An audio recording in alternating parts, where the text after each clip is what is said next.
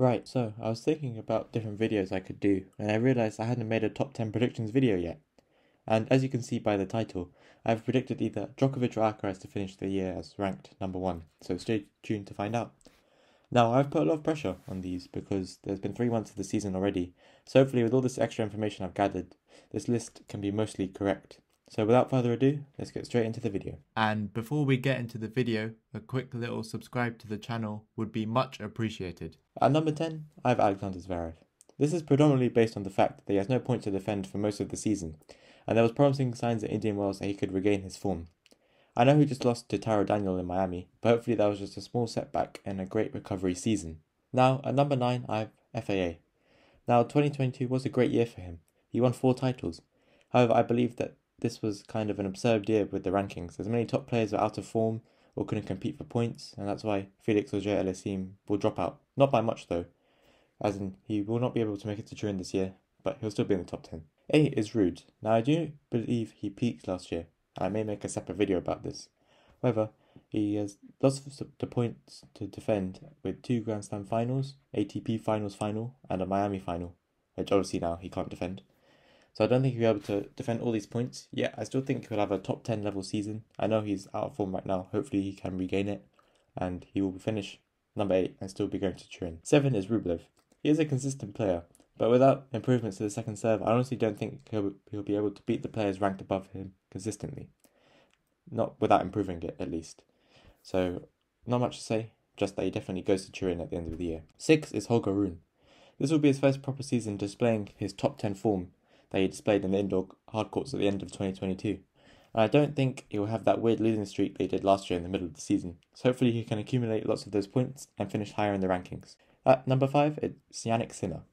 I think Sinner has had a really good season, especially last year, because he was injured a lot and wasn't able to show his talents throughout the year, but he did make the quarterfinals of all Grand Slams. So I believe if he stays healthy and continues to improve at the rate he does, he will definitely be a top 5 player, as he's had very good seasons recently, but the rankings haven't really reflected it, so hopefully 2023 can be his year. Number 4, I have Stefanos Tsitsipas. He's basically a top 4 player at this point, like he's always ranked 4th, a gatekeeper, as he has the ability to beat the players ranked below him, but doesn't quite have the skills, especially on the backhand, with the consistency aspect, to beat the players ranked above him. So I predict no change in his rankings, and he'll finish as the 4th best player in the world. At number 3, I have the man who's hopefully back to top form, Daniel Medvedev.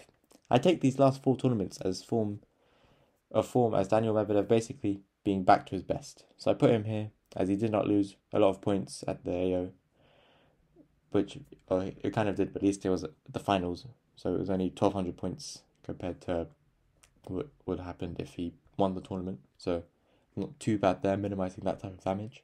And he has won 3 titles in 3 weeks this year and made the final of Indian Wells, and is still going in Miami.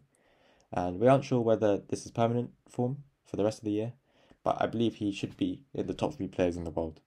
But Alcaraz and Djokovic have the slight edge over him. That's why I haven't put him as the 1 or 2 spot.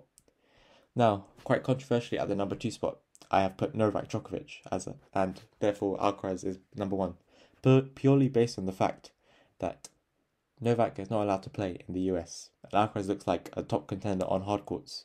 So Carlos will accumulate lots of those points that Novak does not have the opportunity to play for.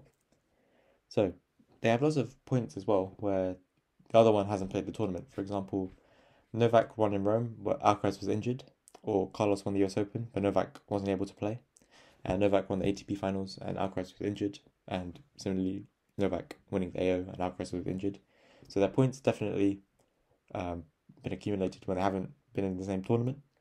However, I think there'll be a tussle for the top spot this year. So although Alcaraz, I have predicted him as number 1, there could be like a back and forth going on, just purely based on how close they are in terms of the ATP points. But ultimately, I do think Alcaraz will come out on top just because of these sunshine double points he could get, and potentially the tournaments where they do play together, Alcaraz will be able to keep up with Djokovic and vice versa. So they'll go predictably quite similarly far in those tournaments. So that was my top 10. Thank you so much for watching and listening. Take care and peace.